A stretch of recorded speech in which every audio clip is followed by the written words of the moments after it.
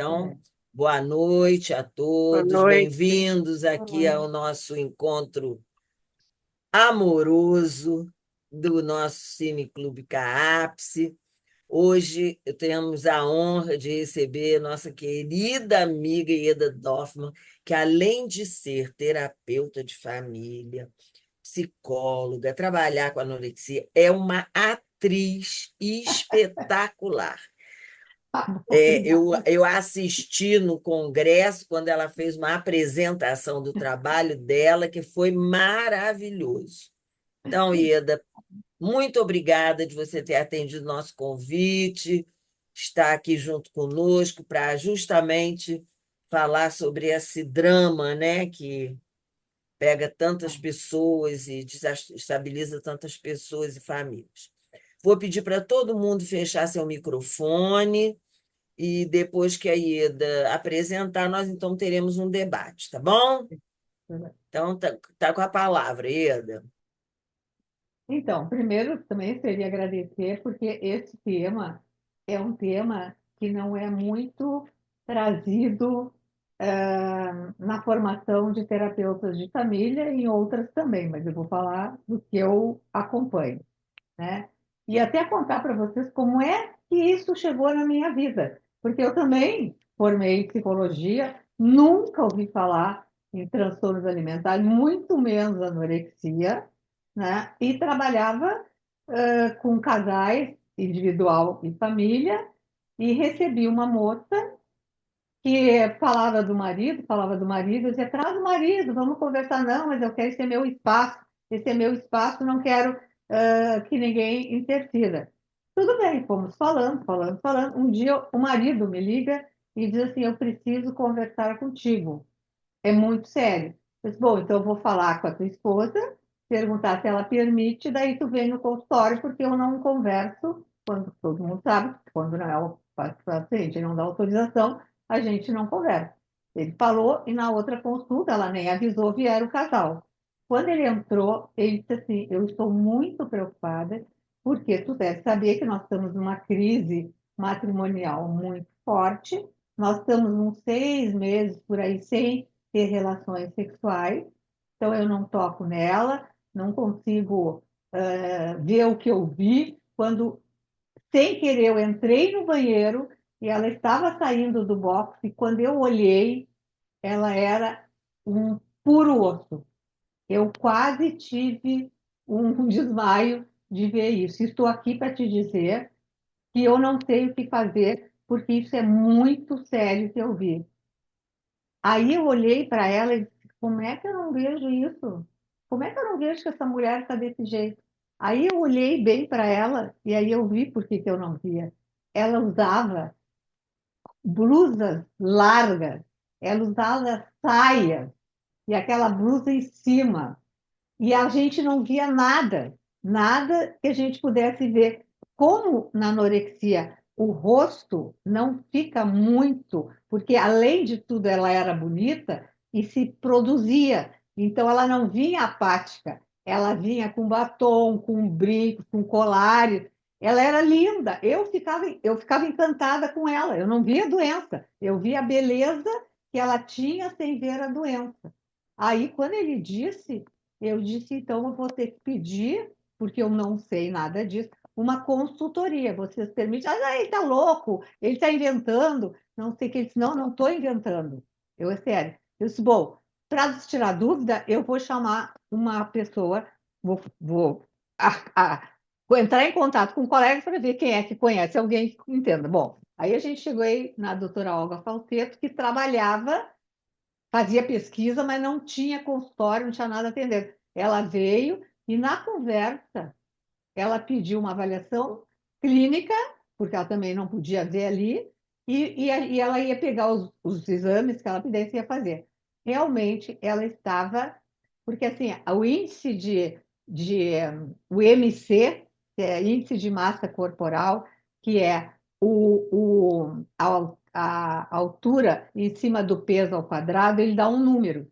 Esse número tem uma tabelinha simples, que a gente não dá muita bola, que é assim, abaixo de 17,5 e chegar no 17, tu já está com risco de vida.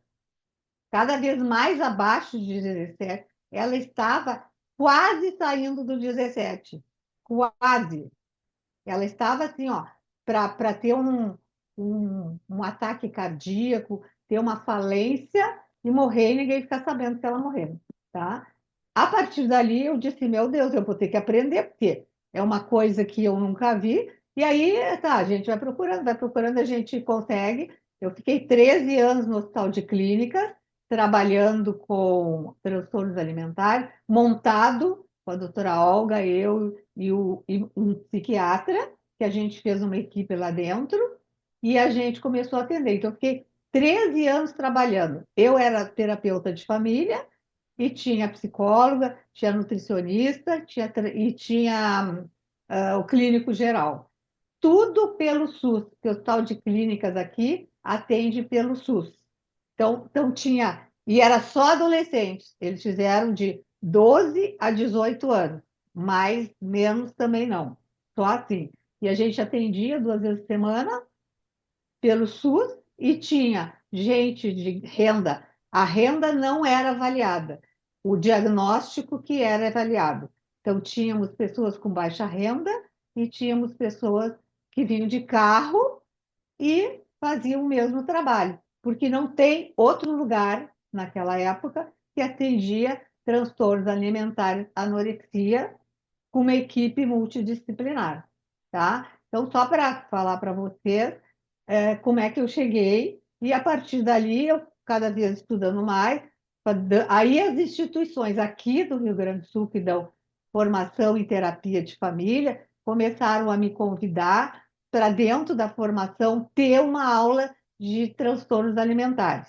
E aí o congresso eu sempre levo, sempre que tem oportunidade, eu levo para as pessoas terem um pouco de noção do que nós vamos falar, que é seríssimo. Ele é dentro do DCM-5 e do CID, o diagnóstico que leva à morte. É o mais sério de todos os diagnósticos dentro do CID e do DCM-5 revisado. Nós já estamos no 5 revisado, né? Então, é um alerta, porque as pessoas pensam que comida não mata, comida mata quando não tem o suficiente, tá? Então, vou aqui compartilhar, né? E vou apresentar para vocês. Depois eu entro no. Como é que ele disse que era para fazer? Tá. Então vamos lá. O que houve aqui, ó? Aqui, transtornos alimentares, tá? Por que isso aqui está tão para cima, tá? A magreza, aqui na nossa sociedade, é vista como saúde e sucesso, não é vista como patologia. Poucos podem imaginar que uma pessoa excessivamente preocupada com a aparência e inegavelmente ligada às influências sociais e culturais possa estar emocionalmente doente, tá? Despertar que eu quero um olhar crítico de alerta a esses comportamentos considerados como excentricidade, mas que pode estar se instalando no início de uma possível patologia. Uma patologia que tem em comum uma relação doentia com a comida. Então, os transtornos alimentares, eles se caracterizam por grave perturbação no comportamento alimentar, alteração na percepção da forma corporal, preocupação excessiva com o peso e intenso medo de engordar. Tanto que elas são quase no limite e elas se veem gorda, porque isso dá uma alteração neurológica na percepção visual do seu corpo com a sua imagem. Mas elas veem o corpo dos outros igual, a sua imagem é que fica alterada. Então, elas dizem que elas têm gordura na cintura, as coxas são grandes, tem barriga, e tu olha assim, ó, é uma caveirinha andante se tu vê sem roupa, tá? E que o número de casos tem crescido muito.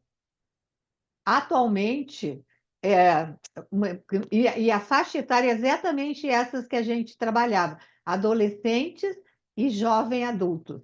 É essa faixa onde tem maior incidência do transtorno alimentar, principalmente a anorexia, tá? É relacionado ao padrão estético atual, reforçado pela mídia e as redes sociais, que liga a magreza à imagem de sucesso e perfeição.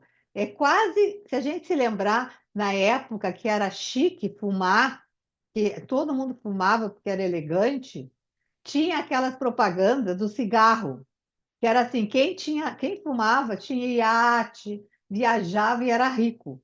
Hoje, essa imagem da perfeição, entre aspas, dessa estética, a pessoa vai ser feliz, vai ter dinheiro e vai ter sucesso.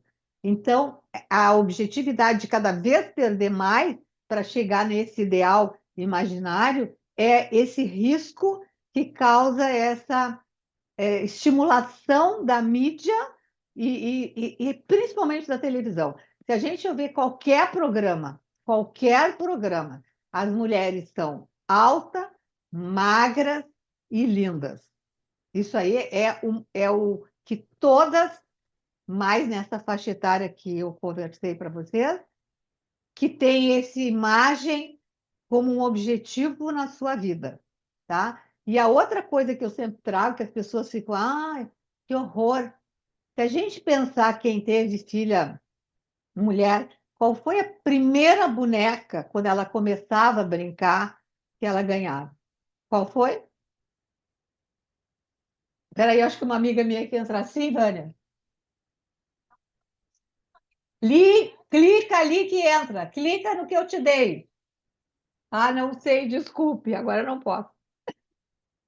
Ela não consegue entrar, mas agora não posso fazer nada. Manda ela entrar em contato comigo, que eu dou um jeito. Dá o Mas eu meu. vou ter que dar o telefone para ela. É, pois é. Peraí. Ah, tá. Então, eu estava falando. Então, vocês querem me dizer, vocês querem fazer o favor Barbie, né? Não é Barbie? a Barbie. Que a Barbie é? O O que vocês modelito. acham? O Ela é uma anorexia. modelito, né? Anorex. Ela é uma É, anorexia. A é. Barbie é uma anorexia. E a Barbie, tá? Ela é a primeira boneca que as crianças vão tendo contato, e essa imagem, já desde criança, vai eh, tendo como interagir, assim, botando dentro que é assim que eu quero ser, tá? É, e é interessante porque até as criancinhas em maternal, eu já recebi mãe que a guriazinha era gordinha e diziam que ela era gorda e que ela não podia brincar porque ela era gorda. Crianças de 6 anos, de 6 anos, para tu ver como isso já tá assim, ó. Tu não brinca comigo que tu é gorda, só brinco com as magrinhas. Quem foi que disse isso? Ninguém. Mas ela já tem essa imagem de que bonito é ser Barbie, tá? Ninguém fez um estudo que é a Barbie, mas se a gente olhar a Barbie é uma anorexica. Ela é aquelas pernas longas, aqueles braços longos, aquele corpício perfeito e tudo fica bem nela. Tem aqueles vestidos lindos, ela tem todas aquelas coisas que dão o padrão de beleza que está sendo introjetado, tá bom? Então, olha só que interessante. Na Idade Média e na Renascença, a obesidade era vista sinal de prosperidade e beleza. Eu fui uma criança magra que tomei toda a minha vida biotônico Fontoura, que a minha mãe me dava, para mim ser gorda, ganhar peso, porque eu era magra e eu era magra feia e eu tinha que ficar gordinha. Então eu tomava biotônico para ganhar peso. Por quê? Porque a gordura, esse visual aqui que a gente está vendo, que era o que todo mundo queria chegar. Mas atualmente o valor cultural coloca a magreza na moda, como vemos as manequins e os modelos fotográficos nas revistas, que têm sido identificadas há algum tempo uma maior prevalência de transtornos alimentares. Isso é uma foto de uma manequim se maquiando, se arrumando, para botar aquelas roupas lindas, maravilhosas, tá? E que ela, a gente não vai ver o corpo dela assim. Por quê? Porque eles também querem manequins que não tenha seio, nem bunda, nem nada, porque o que tem que vender é a roupa, não é a pessoa. No desfile é a pessoa que não tem nada a ver, é a roupa que eles querem apresentar. E uma roupa em cima de um cabide andante é muito significativo para vender a roupa do tal do cara que está fazendo o tal do desfile, né? Então, a gente, se vocês começarem a prestar atenção, começarem a ir no shopping e olhar como vocês vão ver anoréxica. É impressionante. Depois que a gente tem essa ideia, a gente olha aquelas gurias jovenzinhas de 14, 15, 16, elas são tudo estereótipo de uma anorexia já começando, tá? Porque também não é rápido que acontece. Tu vai emagrecendo e a coisa vai cada vez ficando pior. A pessoa nunca chega aonde tem que chegar, né? Mas também tem aumentado o número de homens com esse diagnóstico. Massificação da ideia de um corpo esbelto que leva muitos indivíduos a desenvolverem esse transtorno. Frequentam academias e ginástica, tá? E ingere alimentos dietéticos e energéticos e muda o corpo com cirurgias plásticas. Esse, para os homens, tem o nome de vigorexia nervosa, tá? As academias não têm, se nós, como eu, não sabia nada, as academias não sabem muito menos, sabem nada. E o que eles se sentem valorizados na academia é quando tu tem clientes que ficam lá horas e eles dizem: olha como está gostando, olha como eles querem ficar bem. Só que eles às vezes não estão vendo que são pessoas que não estão mais nem estudando ou não estão mais nem trabalhando e estão lá na academia, né, fazendo. Olha o tal dos músculos dos caras. Se isso é normal, eles injetam produtos que muitas vezes começam as veias estourar e sai sangue, porque passa do limite suportável por um corpo. E a anorexia é assim, ó, quando tu diz assim, eu acho que eu estou com um pouco com peso a mais. Eu vou fazer o seguinte, eu vou fazer uma dieta. Aí eu faço uma dieta e emagreço 1 quilo. Ah, já que eu emagreci 1 quilo, vou emagrecer 2. Aí eu emagreço 2.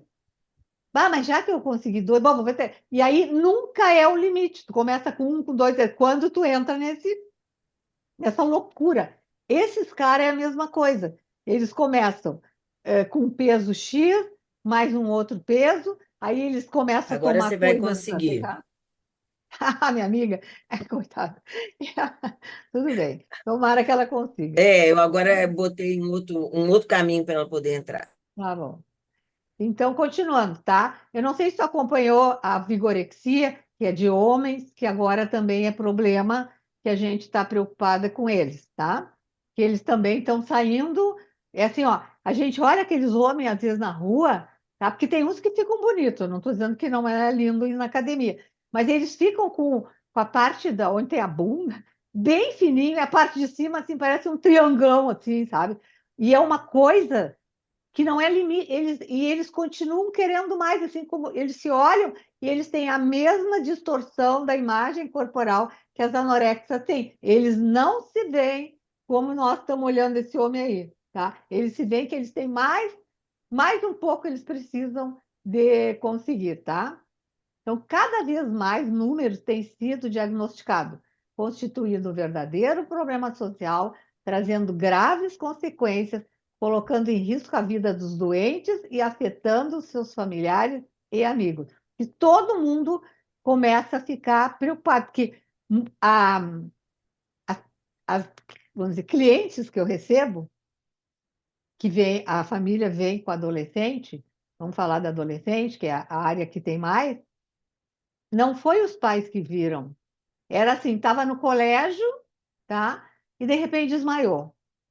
As amigas estavam com ela botando a roupa da ginástica e olharam e chamou a atenção. Então, é sempre assim, alguém que viu e fala para os pais.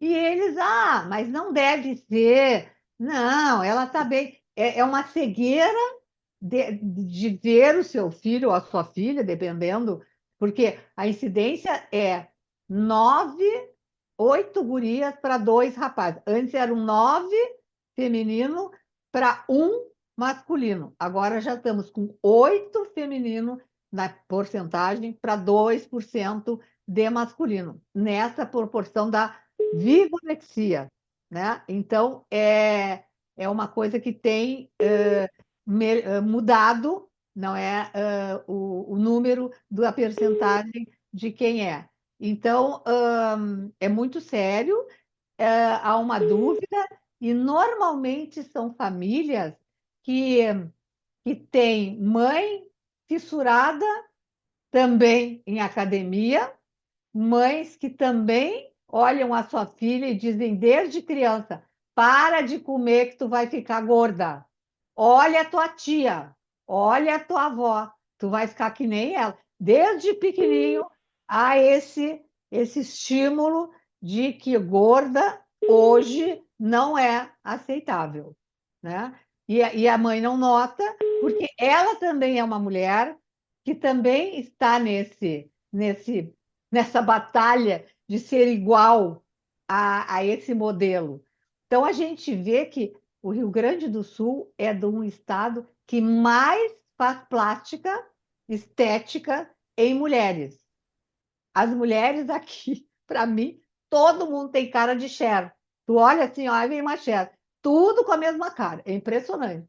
E outra coisa, beição, né? É um beiço desse tamanho, é tudo puxado, são todas magras. Então, a gente entra numa loja e tu entra e diz assim: tu tem o número 42? Ah, não, nós trabalhamos. Temos, é de 38 a 42. É assim que é o número da loja.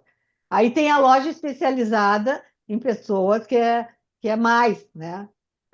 Que não é esse padrão. Mas a loja padronizada é 38 a 42. Esse é, tá? Aí, se a guria chega e vai usar, que é de um 38 e não entra, olha como eu tô gorda. Porque não tem número menor. Eu tô gorda. Ela sai enlouquecida, né? E a outra coisa também séria que existe na padronizagem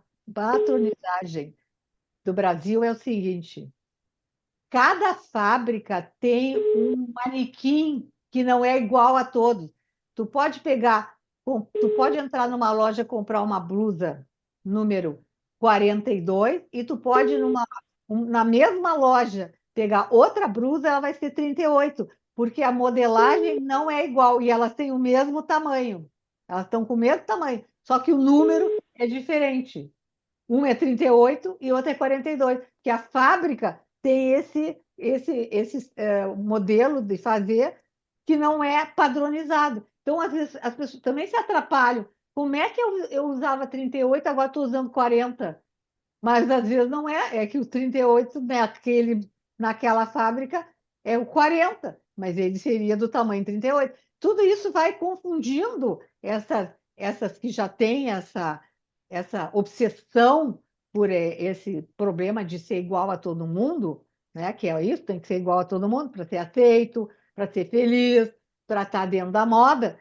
É uma doença, isso é uma doença, isso não é excentricidade, isso é uma doença. E as famílias, às vezes, não, isso aí não é nada. Gente, vocês estão exagerando. Isso aí é uma. Ela só quer ser elegante, mas vamos ver o que tem acontecido mais. Né? Então, é a não aceitação da doença, porque a estética pede isso. E se a estética pede isso, a gente tem que ser o que a estética quer. Né? E é muito triste de ver a discriminação quando a pessoa não tem esse visual dentro desse jovem. E também é muito difícil também os pais, quando querem ajudar, conseguirem muitas vezes ah, sucesso, porque a adolescência já é um problema de independência do adolescente, já é uma situação do aborrecente. O aborrecente não aceita limite, ele quer ser grande, ele quer fazer. Então, a briga para que a gente consiga fazer um tratamento com esse diagnóstico é muito, digamos assim, tenso, porque tem um período de independização com a necessidade de um cuidado quase maior do que tinha antes, nesse período da independência. Então, esse choque, independência, transtornos alimentares, anorexia com a família, é um trabalho que nós, como terapeuta de família, sofremos muito, porque são eu, como tenho que trabalhar com a família, que é a minha área, que é a minha especialização, que eu fico, o individual eu passo por uma colega, eu fico mais na família, são sessões muito tensas de briga delas, de agressões verbais a mim, à família, a revolta, a abrir porta querendo sair, e não querer ficar dentro da sala, porque a gente está inventando história, nós estamos deixando elas loucas, que a gente está enlouquecendo, querem que fique gorda, feia, balofa, que nem a minha tia, a minha avó, não sei lá quem, que eles trazem. E, e no meu consultório, eu tenho duas portas, que tem a sala de espera, tem a porta que dá para a sala de espera e tem uma porta que abre para dentro da sala de espera. Tem um vão entre os dois, porque quando tu atende uma criança, ou sei lá, fica lá para não passar o som. Bom, nessa de querer sair, que fica chaveado, a guria levantou, eu vou sair, a gente nem teve tempo, ela chegou na maçaneta que estava chaveada, ela, com raiva, virou a chave e a chave quebrou. Daí eu olhei e disse, e agora? O que que nós vamos fazer? Me tira daqui! Me tira daqui! Eu digo, não fui eu que quebrei. Pois é, eu fiquei tranquila, porque na época eu tinha secretária e tinha interfone para chamar a secretária, que nós estava presa mesmo, tá? Que a porta de dentro estava trancada com a chave que a guria quebrou. E os pais dela diziam, agora, eu não sei, não sei. Eu não fui eu. Eu quero saber vocês, como é que... Já aproveitei, resolvam. Como é que vocês vão receber esse impasse? A filha de vocês foi, teve teve um piti aqui, se levantou, a gente convidou, ela não quis continuar e quebrou a chave. Eu não sei o que eu vou fazer, porque nunca me aconteceu, eu vou esperar. E a guria gritava que nem uma dor. E os pais, ai, doutora, o que que eu vou fazer? Não sei, não sei, não sei. Pensem.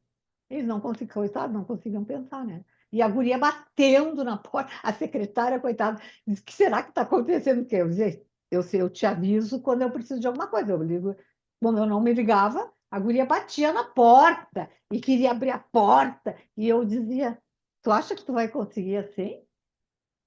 E ela dizia, mentira, tu é uma estúpida, tu é grossa. E vai, e os pais não diziam nada, nada. Não mandavam calar a boca, não mandava parar de ofender. Não dizia, até que eu deixei lá uns 15 minutos a guria gritando assim, bom, já que não conseguiram, eu vou resolver, tá?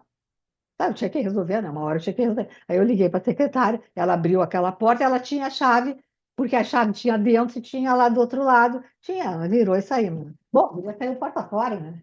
Foi-se embora. E os pais atrás correram, nem se despediram, nem marcaram, ela foram, né? Mas para dizer que a gente tem sessões violentas mesmo, não é assim, ó, não vou falar, vou ficar quieto. Não, elas olham para a gente e lá estão toda verborréia, grita com o pai, grita com a mãe, grita com a gente. Ela é quase uma pseudo-loucura, assim, sabe? Parece que assim que elas entram fora da casinha. Então é muito, eu digo que tem que ter muita, saber trabalhar com a frustração, porque a gente vem todo com o trabalho, tentando chegar lá, não dá nada, tudo diferente, tudo enlouquecido, e a gente fica tentando fazer o que a gente pode, né? Mas é o trabalho que ele tem. Se a gente consegue trabalhar com tudo isso, com 6, 7 meses, que ela tá, que a gente vai conquistando com os outros trabalhos que a gente vai ver, a gente tem evolução. São trabalhos que têm bons resultados, mas tem que ter estrutura para aguentar até lá, e a família tem que aceitar que é assim, que isso não é, só eles, que isso é assim que é a situação, né? Então, aqui, ó. Então, no DCM-5 revisado, o revisado, saiu agora, quando a gente fala em transtornos alimentares, é assim, é anorexia, bulimia, transtorno de comer compulsivo e outros transtornos alimentares. São transtornos comuns com a comida, patológico com a comida, é um distúrbio de difícil tratamento, estava aumentando alarmantemente. Aí diz que é ligado a influências sociais e culturais, com a magreza é associada com a saúde e sucesso, mas não são os únicos fatores envolvidos na gênese desse transtorno, visto que tem muitas pessoas que fazem dieta para emagrecer, aderem à onda diet, mas não ficam doentes. Então, não é todo mundo que faz dieta que vai virar anorexia. Tem uma série de situações que eu vou colocar. Está aqui, ó. Quais são os itens que envolvem essa patologia, tá? Padrões de integração familiar, socioculturais e traços de personalidade. Se manifesta principalmente em mulheres jovens, porém também ocorre em homens, e a dimensão psicológica e funcional tem um propósito maior do que a própria perda de tempo. Então, a perda de tempo é uma desculpa para chegar naquele modelo idealizado que nunca é chegado. Sempre tem mais, um pouco mais, sabe? Então, aqui, ó, tem dois tipos, só rapidamente para saber, tá? São dois tipos de anorexia. Tem o restritivo e com compulsão alimentar purgativa. Não é só porque a anorexia tem a bulimia. Aí diz assim, bulimia que tem purgativo e vômito. A anorexia também tem. Então, ela põe restritivo. Então, sempre assim, para ser diagnosticado, tem que ter no mínimo 3 meses. Não é uma semana, um mês, é 3 meses. O indivíduo, a pessoa, não se envolve com episódios recorrentes de compulsão alimentar ou comportamento purgativo, vômitos, laxante, diurético ou enema. Nesse subsídio, a perda de peso é alcançada através de dieta, jejum ou exercício excessivo. Não toma nada, não vomita, não faz nada, só não come e faz jejum e exercício. E tem essa outra, que é a compulsão alimentar burcativa, que nos últimos 3 meses o indivíduo desenvolveu em episódios recorrentes de compulsão alimentar purgativa, que é vômito ou uso de laxantes, diurético ou enema. Esse é o pior, porque esse, além de não comer, ainda o pouco que come, vomita. E faz imediatamente depois de comer, que nem come muito, mas já elimina. E olha que é pior essa doença. Se isso persiste por muitos anos, a consequência, lá com 24 anos, que ela vem desde a adolescência e vai até 10 anos a mais, 15 anos, ela provavelmente vai ter osteoporose e que não vai ter revolta, não vai ter volta, porque depois que os ossos tomam esse tipo de problema, não tem como, vai quebrar, cada vez que bater, vai quebrar. Alteração cognitiva, porque tem essa loucura que nunca está, e a psicológica, porque é toda alterada, desidratação, distúrbios eletrolíticos, arritmia cardíaca, aumento da parótida. Esses que vomitam, como eles colocam muito essa área, elas ficam, apesar de magra, não tem pescoço. Isso aqui fica junto com isso, porque essas glândulas parótidas, pelo vômito, incham. Quando incham, viram pescoção e não tem essa entrada, tá? E isso é muito sério, que as pessoas nem notam, acham até que está gordinha, e não é inflamação dessas glândulas, tá? Sintomas pulmonares e complicações dentárias, porque quando tu vomita, quando eles usam, graças a Deus, os dentistas já estão avaliando quando as pessoas têm vômitos, que é ou elas são anoréxicas, que estão magras, e ele pergunta se vomita, ou são bulímicas, que não são tão magras, que não se nota, e eles olham que a cárie de quem tem por vômito é totalmente diferente da cárie normal dos dentes. Eles logo sabem que aquela cárie não é problema dentário, é problema do vômito. E aí eles alertam a família ou alguém para fazer algum tratamento, se quiser, mas eles ajudam a esse diagnóstico. É um dos profissionais que mais tem condições de ver que está havendo alguma coisa de vômito, não de magreza, mas do vômito, tá? Então, ah, ele pode ser tratamento ambulatorial ou de internação, dependendo da gravidade. Quando vem, tu pode ou ficar atendendo ambulatório, assim, no consultório, com psiquiatras, com todo mundo, ou imediatamente internação. Não tem mais nada para fazer, vai direto e ser internado para ver o que, antes que morra, né? Então, olha só a sofisticação que é esse tratamento, tá? É indicado. Claro que ninguém vai ter tanto dinheiro, né, para fazer tudo isso. É optado depois. Psicoterapia individual, que a abordagem pode ser cognitiva comportamental, psicodinâmica ou individual sistêmica. Terapia familiar, acompanhamento clínico, acompanhamento psiquiátrico e acompanhamento nutricional. Se tu quer fazer um tratamento que dá resultados mais rápido, tu precisa dessa equipe multidisciplinar, que é carésima, que é caro, são tudo. Né? Tu pode ter no convênio um psiquiatra, mas o psiquiatra não conhece anorexia nervosa nem transtornos alimentares. Ele vai dizer que está com depressão, não sei o quê. Se ela tem anorexia, não existe remédio para anorexia. Se tu der qualquer remédio e ela tiver com baixo peso, o efeito do remédio não vai funcionar. Ela só vai tomar, mas não vai funcionar. Claro que eles podem ver a comorbidade. Aí tu vai dar medicação para comorbidade, mas para anorexia não tem medicação psiquiátrica, tá?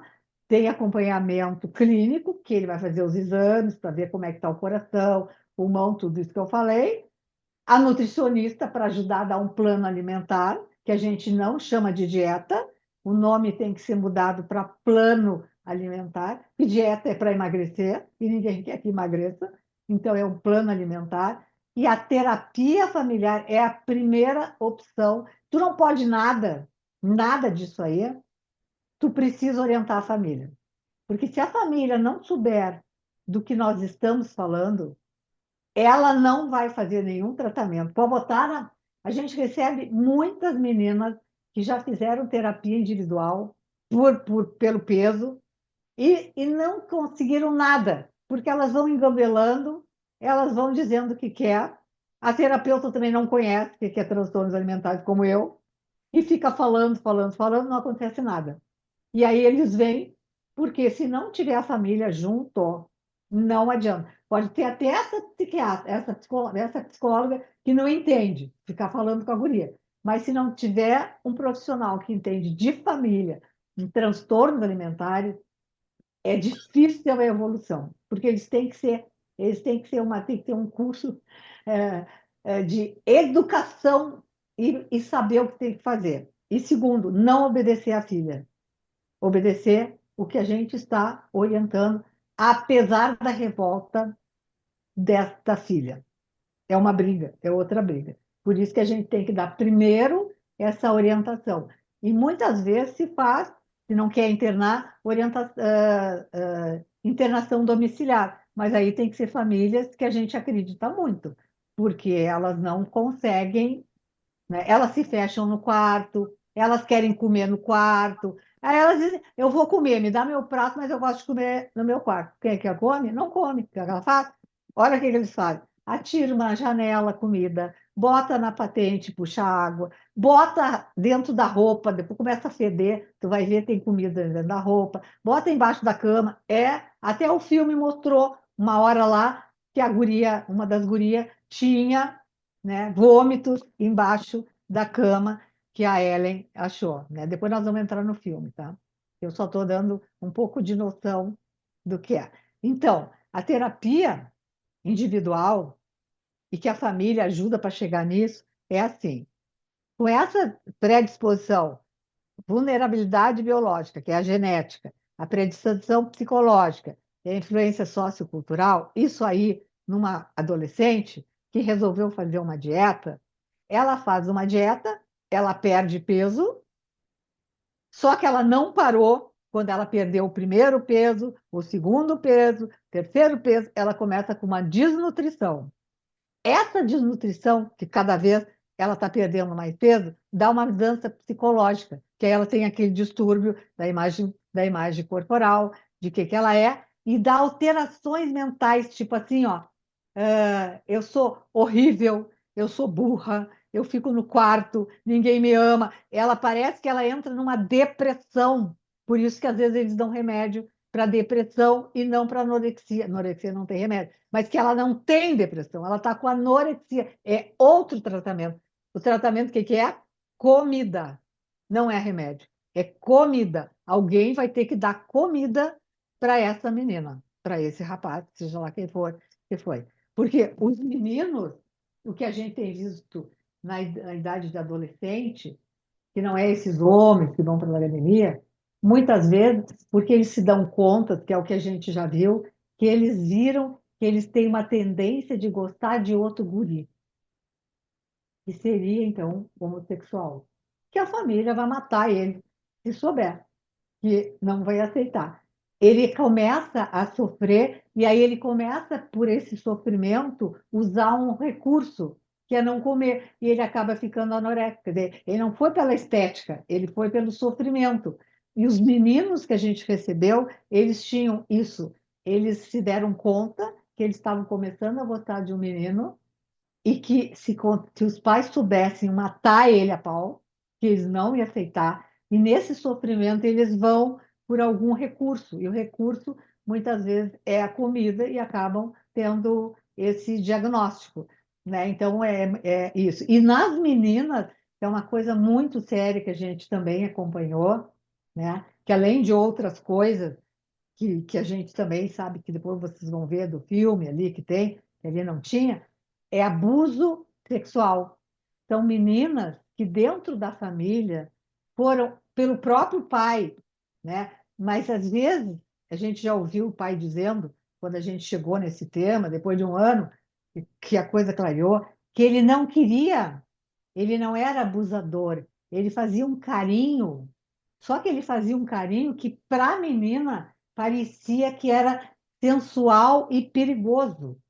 Então era assim, ou é um abraço que ele botava a mão pelo seio, ou era passava, dava tapinha na bunda, sabe assim, adolescente, olha que bonitinha a bundinha dela, sabe aquele negócio? E a guria já não estava com algumas coisas muito bem emocionalmente, ficava com medo de dar problema com a mãe dela, sei lá, o pai dela gostar dela, não gostar da mãe, fala uma história e ela começa a não ter mais o corpo que a adolescente está formando, que é o seio, que é a bunda, aquele corpinho bonitinho que sai da infância para a adolescência. Isso eu vou reduzir, porque aí, quando eu era criança, ninguém botava a mão em mim, eu vou ficar com aquele corpo infantil. Então, às vezes, tem meninas de 17 anos, tu olha, parece que tem 9 anos, porque elas diminuíram tanto a comida e o corpo foi ficando tão infantil que tu olha e pensa que é uma menina de 9, 10 anos e ela tem 16 anos. E ela não tem corpo mais nenhum, entendeu? Então, essas coisas também estão ali flutuando dentro das famílias. E tudo isso a gente tem que chegar em algum momento, senão a gente não vai chegar o porquê e isso vai virar algo eterno, porque para poder evoluir, tu tem que saber o porquê. E o porquê esse não é muito fácil. Tem várias coisas. Pode ser isso, pode ser a família da mãe que é gorda, não sei o quê, pode ser essa mãe fissurada no seu emocional, no seu visual, que quer a filha igual a ela, né? Ou tem uma mãe que compete com a filha e a filha não quer competir com a mãe, então ela vai ser diferente. Então tem várias coisas também. Fora que o alimento vai sendo diminuído e os problemas começam a aparecer. É uma coisa muito comum de ver até hoje, a manequim, ou assim, a gente vê manchete assim, ó, a família foi acordar a jovem de 20 anos que tinha que ir para o seu trabalho, que ela é manequim, estava morta. Não tem causa morte, não aconteceu nada. A gente não brigou, a gente não tem nada. Aí vem os caras, olham, né? Olham, vai fazer tudo. Ah, ela morreu do coração. Ah, ela morreu da falência, de órgãos internos. Tá, mas e por que que isso ficou? Que ela estava sem condições de abastecer o organismo. E aí tem uma falência orgânica. Para o coração, dá problema no pulmão, dá problema nos rins, e eles param. Um dia ele para, e quando tu vai acordar, tá morta. E não tem porquê. Não está drogada, não brigou, nem nada. Simplesmente ela estava anoréxica e ninguém viu. E já teve vários, assim, várias manchetes assim. Teve outro também que até aguardei, é um rapaz que era modelo, ele terminou de desfilar e caiu duro morto. Terminou a passarela e caiu duro morto. Foi um auê ali. Chamaram, a mãe veio, não sei o quê. Mas na manchete, que saiu no jornal, dizia assim: Fulano desfilou, quando terminou o desfile, morreu. E não tem justa causa. Ninguém ficou sabendo que. Mas a mãe diz, o depoimento da mãe. Mas eu até liguei para ele antes e perguntei: Tu comeu alguma coisa, meu filho? Quer dizer, ela já tinha visto que ele comia pouco, mas não achava que ele ia morrer disso. E ele acabou morrendo. E há sempre. Por que que às vezes é difícil a gente convencer as pessoas que isso é sério? Porque as estatísticas não morrem de anorexia. Tu morre do coração, dos rins, do pulmão, tu não morreu não, a estatística não é tão séria, porque a causa da morte não foi anorexia, foi o órgão que teve falência. Mas aí esse órgão, quando teve falência, é porque ele ficou atacado pela falta de alimento que faz toda uma distribuição dentro do teu organismo. E aí os órgãos começam a entrar em falência. E aí dá uma parada, puf, morre. Então, até hoje, a gente vê isso e ninguém se dá conta que é outra coisa, não é o pulmão. E aí a gente fica meio trancado, né? Então, deixa eu ver que isso aqui está em cima, deixa eu tirar aqui, a coisa ficou em cima. É preciso ajudar a paciente a estabelecer um controle adequado sobre sua vida, suas emoções e suas relações, em especial a relação familiar, sem precisar deslocar para a alimentação, os seus problemas estarem na alimentação. Concomitantemente a isto, a família precisa ser trabalhada no sentido de estar em consonância com esse objetivo, valorizando e sabendo reconhecer as competências do paciente. Então, esse é o trabalhão, tá? Mas aí eu queria perguntar, quem sabe a gente abre antes de chegar no filme, que aí a gente vai trabalhar um pouco ali, se alguma coisa em termos de diagnóstico, a orientação que eu sempre dou quando a gente fala assim numa palestra ou num curso que ninguém vai ser especialista, quando tu olhar para alguém e tu achar que quem sabe poderia ser, peça o peso e peça a sua altura. E faz esse cálculo.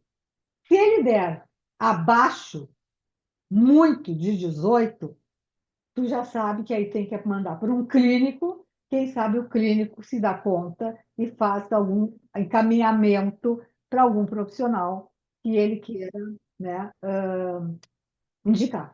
Sim, Miriam, tem que abrir o microfone. Tá, abriu. Eu, muito obrigada, Ieda, pela palestra, mas o que eu estou com um caso seríssimo também de anorexia, e o que mais me impressiona é o pavor que a família tem de enfrentar a paciente.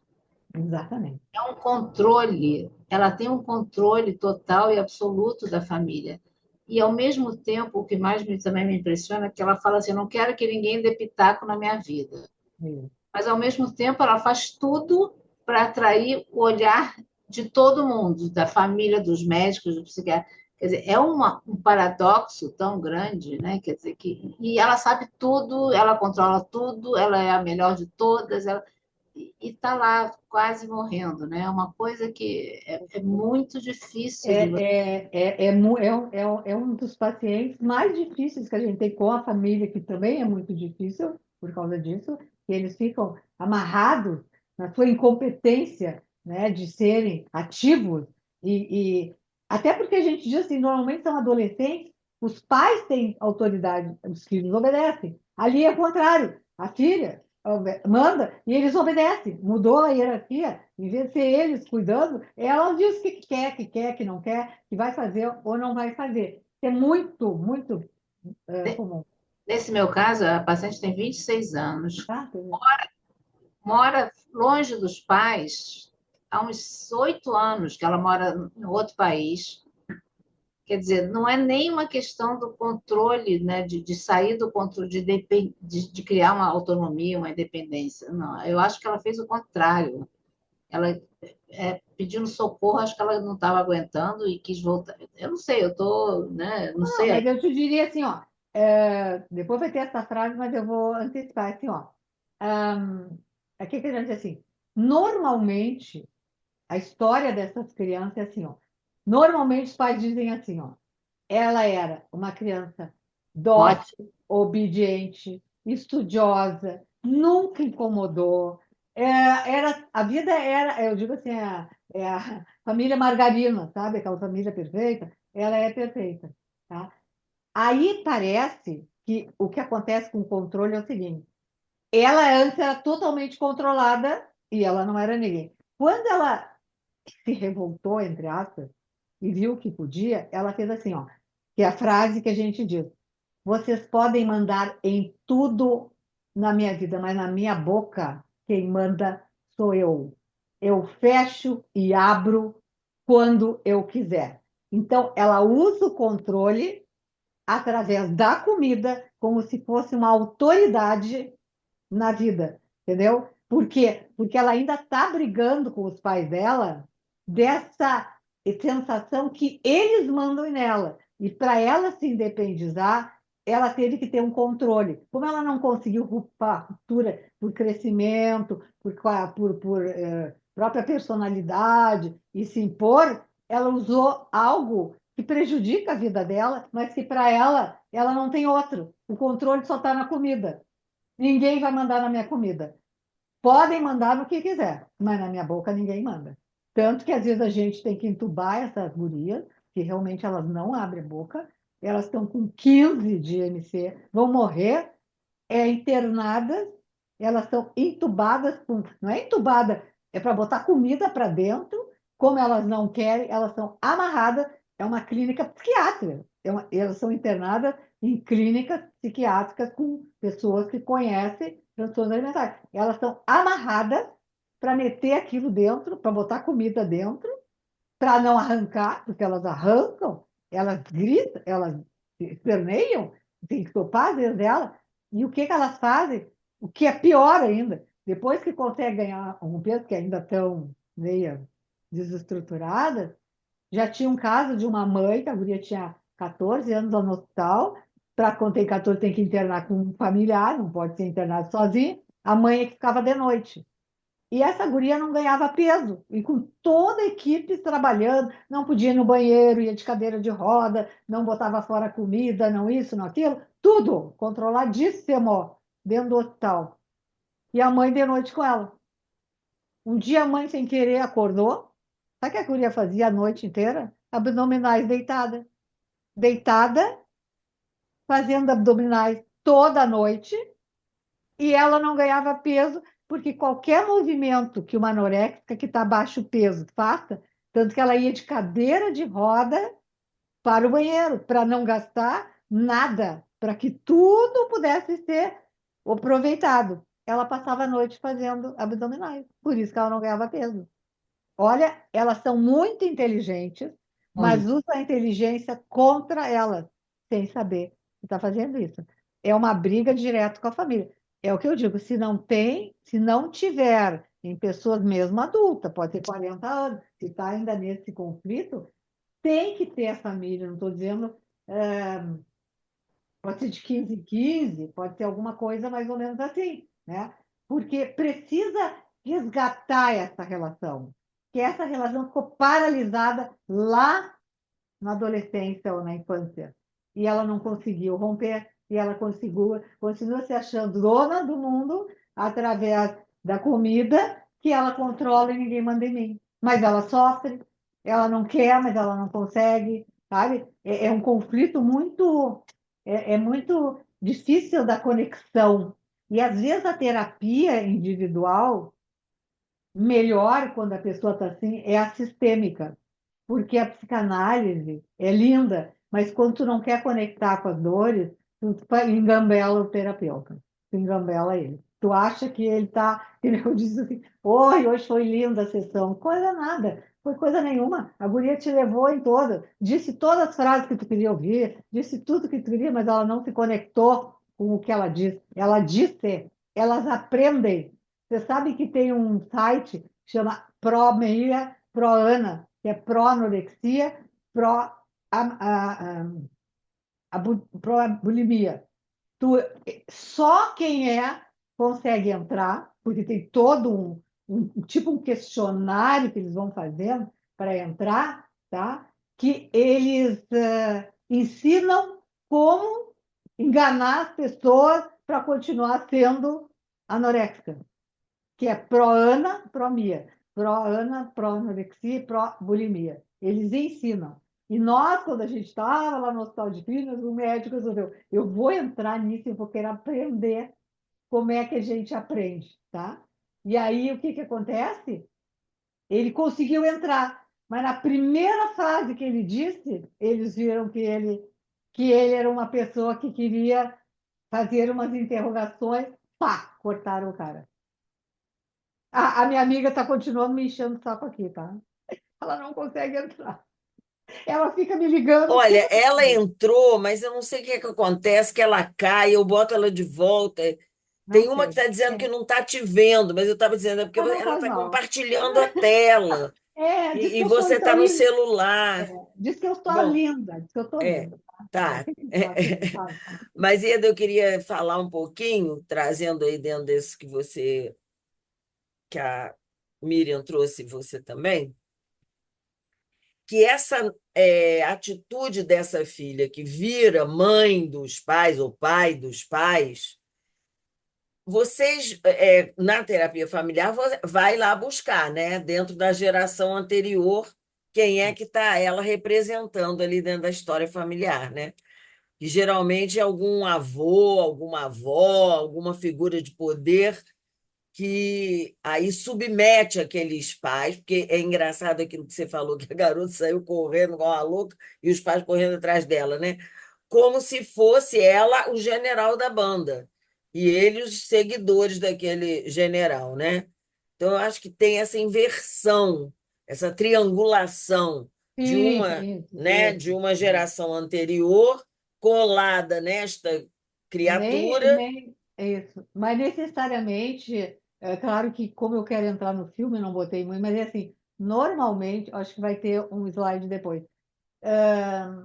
São assim, ó. Depois vai aparecer, tá? São pais, família, essa família é assim. Ela é constituída assim: mãe simbiótica com a filha e pai periférico, tá? O pai não entra.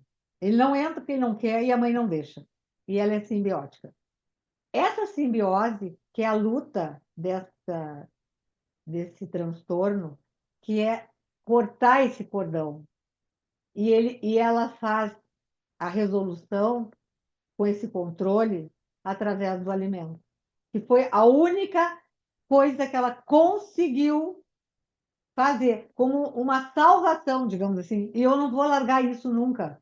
É aí que é difícil, aí que entra a dificuldade dessa evolução, porque parece para quem faz essa leitura, como ela fez, que se isso for tirado, perdeu qualquer autonomia. que não é bem assim. Tu pode ver as tuas qualidades, teu potencial, não sei o quê, mas como elas ficam fechadas nisso e a briga é briga lá das origens, não é aqui, é lá, porque quando a gente vai ver o filme, tem toda uma explicação sobre isso que eu estou falando da família, tá? Que a gente entende, mas é muito difícil o trabalho, entendeu? Não é porque a gente entende que eles vão fazer o que a gente quer, a gente sabe que é claro para nós, para eles não é claro, nem para a família, nem para elas, nem para nada. É tudo uma briga, não é isso, está errado, teteté, teteté. É todo tempo um questionamento, todo tempo te botando na parede, todo tempo te dizendo que tu é incompetente, que tu não sabe, que tu não entende, que tu sabe. E a gente tem que ser santa criatura, sabe? Tem que ser assim. Aham, tá. Aí ali eu vou mostrar ali, vamos ver se a gente já vai entrar. Se alguém quer perguntar alguma coisa, não sei. Ah, tá, só para terminar, assim, ó. Ó, as profissões que mais têm incidência de transtornos alimentares. Bailarina, atletas competitivos, lutadores, jockeys, que eles têm que ser magrinho, e modelo. Esses são os que mais têm risco de ter uma anorexia, porque eles têm que ter aquele corpício e às vezes o corpício vai um pouquinho para baixo e aí já entra num problema sério, né? Então são profissões bem sérias, né? Mas deixa eu ver se a gente já vai. Tá. Então, agora nós vamos começar, tá? Porque aí eu vou explicando mais sobre transtornos alimentares através do filme. Foi para isso que se viu o filme, né? Senão não precisava ver o filme. Só falaria sobre. É muito bom quando a gente tem um estímulo já visto, né? Então eu sempre digo, né, que quando a voz cala, o corpo fala. Quando tu não pode dizer, o corpo vai dizer. Pode ser por comida, pode ser por uma úlcera, pode ser por qualquer coisa. Só que no nosso caso, é com perda de peso dando uma doença.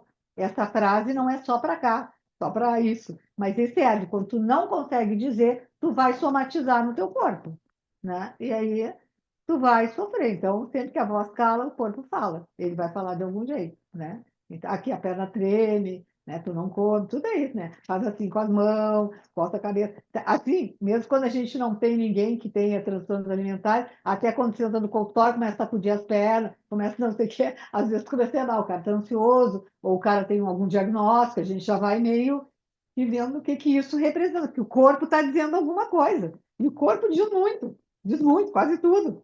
Para mim, o corpo é o nosso espelho, né? É impressionante. A gente aprende a ler movimentos que nos dá ideias. Não vou dizer que vai dar diagnóstico, mas dá ideia, né? É muito. Tá, e ali tem uma outra foto. Apareceu, né? Tá. É que quando vocês estão em cima, mas vocês veem é tudo, né? Tá vendo a foto? Tá, eu aqui fico em cima. Então tá. Tá, então eu escolhi aquela do filme, a cena, que vem toda a família para falar com o psiquiatra, só para lembrar o tipo de família, agora que vocês já viram, que eu já falei, olhem que não, se não é tudo isso que eu falei para vocês, que ali está direitinho. Isso. Querem comentar alguma coisa desse pedaço aí, que eu achei muito propício do tipo de família, né? Que a gente comentou, que os conflitos, não é? Esquecem a guria que estava ali, ficaram discutindo sobre a relação dos pais, não sei o quê. Tu viu que o pai era ausente, só telefonou, disse que não ia poder vir, e o psiquiatra tirou a cadeira dele para mostrar que ele não vai estar na família, né? E e assim que são as reuniões, né? As reuniões familiares são sempre com muita é, intensidade. Só que ali ele só queria conhecer, não fez trabalho, ele estava reconhecendo. Então, achei que era um momento de mostrar as disfunções familiares que existem ali. Pai periférico, né? A mãe saiu da família, fez uma outra relação, e aqueles conflitos que existiam ali que a gente viu, né? Então, continuando, né? Alguém falou? Não. Não, Tá acho que bom. alguém espirrou e está com o microfone aberto. A gripado. Ainda bem que não passa pelo note a gripe, né? Então, os pacientes anorexicos demonstram déficit no senso de identidade e autonomia. Os indivíduos que apresentam a patologia são descritos pela família como tendo filhos, ótimos filhos, obedientes e com bom desempenho escolar. Isso lá na infância, antes de chegar no problema. E segundo o Minucci, que é faleceu, né? Um dos profissionais que trabalhou bastante com esse tema, que nessas famílias a comunicação e a expressão de sentimento não são estimulados. Poderiam dizer que é uma família magra em sentimento. Então, realmente é uma família magra em sentimento. Né? Então, vamos ver. Em relação às características, né, desta. Isso aqui sempre fica uma coisa em cima que não deixa a gente ler. Das características desse tipo de família, eles têm dificuldade de individuação nas famílias das jovens anoréxicas.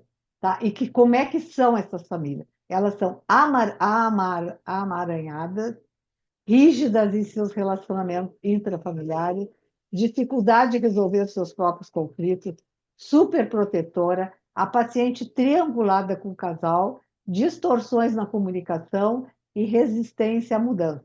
Eu acho que é uma dos itens que eu acho importante falar da paciente triangulada com o casal, é triangulada porque assim, ó, se esta menina melhore, o casal vai se defrontar e poderá romper a relação.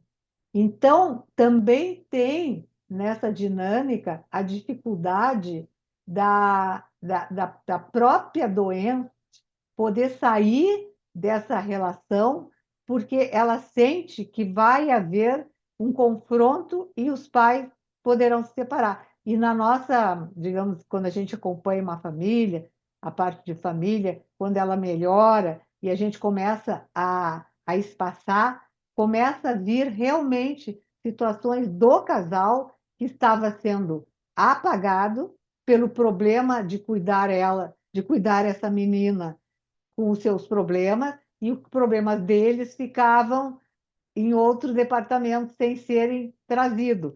Então, no momento que ela sai melhorando, tem os sintomas, eles se defrontam e muitas vezes acabam em separação. E aí aparece traição, aparece problemas financeiros, que antes estava tudo meio embolado, começa a aparecer o que estava mesmo ali apagado e embaixo do tapete, que ao sair, quem estava segurando o casamento, e que também estava sendo difícil ela largar isso, né?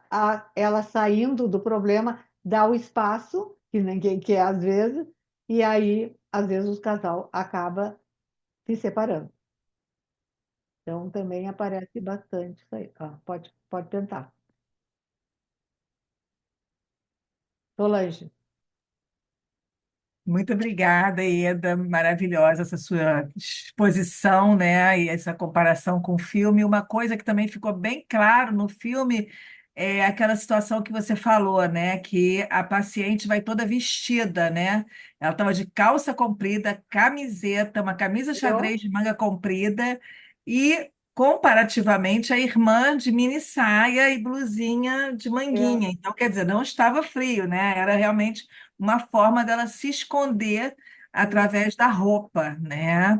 E o quanto que é difícil para a família inteira. A irmã estava sempre preocupada com ela, porque ela desmaiava, né? Todo mundo ficava preocupado com ela, e acaba sendo uma família muito disfuncional, né? Solange não é só preocupada, tudo gira em torno da paciente, né? Quer dizer, ela vira o centro das atenções, né? Ela vira o centro. Além de unir, Foco, né? O foco. além de unir esse grupo dissolvido, né? Ela que traz todo mundo. Ela que A traz. doença também traz todo mundo. Isso também é o que a gente está vendo, tanto com os casais quanto a família. Por causa dela, veio a madrasta, né? A madrasta não, ela mora com a madrasta, mas veio a mãe com a companheira, que fazia 18 meses que não se viam, acabou vindo, né? E outra coisa que eu não sei se vocês viram no filme, no fim, elas sentadas na cadeira, a irmã, ela é a mais a mais mocinha, e ela parece a mais velha. Viu como ela estava miudinha, sentadinha, como elas são pequenininhas, como elas não se desenvolvem. A outra tem 15 anos, pelo que eu entendi, ela deve ter uns 19, 20. A proporção dela é totalmente diferente.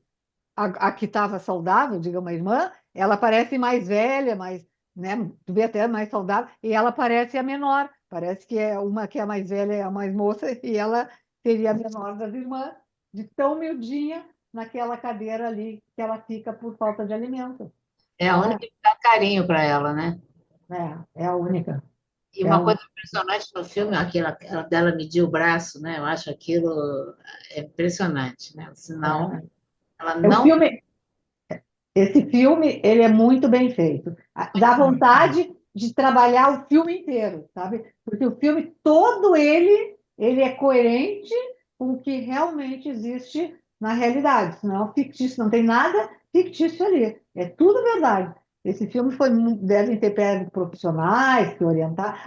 Parece que a história, essa menina que é atriz, teve que emagrecer 8 quilos para poder fazer o papel, né? Para ser anoréxica mesmo. E ela é uma anorexica, a gente vê que ela é uma anorexica, mas pelo papel, né? Ela teve que assumir. Mas é muito bem feito. Ele é muito bem feito, muito bem feito. Claro que, agora que eu estou continuando no filme, o trabalho desse psiquiatra não é assim, digamos que a minha equipe trabalha, tá?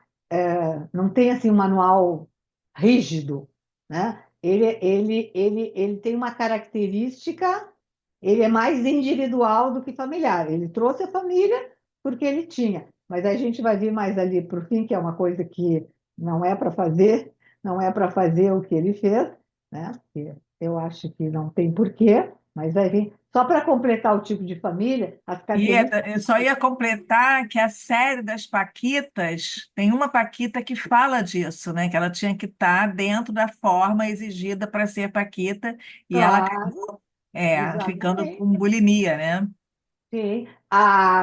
Nessa época, lá de dentro do Clínicas, que a gente recebia, as gurias são muito bonitas, elas são bonitas mesmo. São bonitas, por ser bonitas, querem ser magras, querem ser manequim, então elas têm esse. E as famílias levam para elas terem isso mesmo. Se tinha uma que antes de entrar no projeto do ambulatório, que era ambulatório, não era internação, era para internação quando era caso, mas a gente era no ambulatório, ela tinha se inscrito para ser manequim de uma agência de manequins que existia. Ficou doente, desmaiou, foi lá para fazer o tratamento. Quando ela estava fazendo o tratamento, chamaram para ela ir lá, que ela ia fazer um teste, não sei o que, não sei das coisas. Quando ela chegou lá, eles olharam, tudo que eles faziam sempre era pesar e ver a altura. Eles disseram para ela emagrecer, que ela tinha ganho peso lá no trabalho, e ela tinha que ter aquele peso ideal para eles, doentio, que para eles não tem. A agência não sabe de nada, ele só sabe o que ele quer, né? Ele quer uma mulher, uma guria de 1,70 m, sei lá, com quantos quilos. Ela já tinha ganho quilos. Então, e mandaram ela emagrecer. Quando a mãe veio e contou, nós fizemos um documento e mandamos para essa clínica dizendo que eles tivessem cuidado, que ela estava em tratamento, ela tinha uma doença e eles estavam estimulando algo que não era, não seria adequado para ela. Eles disseram, mas aqui todo mundo que vem, a gente pede exame de sangue. Que maravilha. Exame de sangue, deve ser para ser anêmico, deve ser isso, né? Então, eles não mexeram, ficaram com isso mesmo. E é o único país que as manequins, para serem aceitas em agência, é na Espanha, que tem que ter o MC mínimo 18, não pode ser abaixo de 18, tem que ser 18. Então, são pessoas que têm uma capacidade orgânica muito boa, porque 18 não é sério. Abaixo, 17, 16 é que começa a coisa ficar braba, né? Então, realmente é só o único. Aqui no Brasil não tem nada, pode ser, né? Tem que ser magrinha mesmo, né? E a gente olha assim, meu Deus. aquela ali é uma anorexia. Aquela é uma anorexia. A gente olha assim, a gente vê que circula por ali, né? Meu Deus, ninguém tá vendo que a guria tá, né? Que ela tá com a roupinha bonitinha, né? Para aquele papel que ela tá fazendo, né? E provavelmente. Isso é muito, muito triste, porque há um estímulo para chegar, sabe? Tem que ser daquilo. E daí, para tu poder, tu tem que cuidar para não sair daquele padrão, senão tu vai ser, né? Não vai ficar ali, né?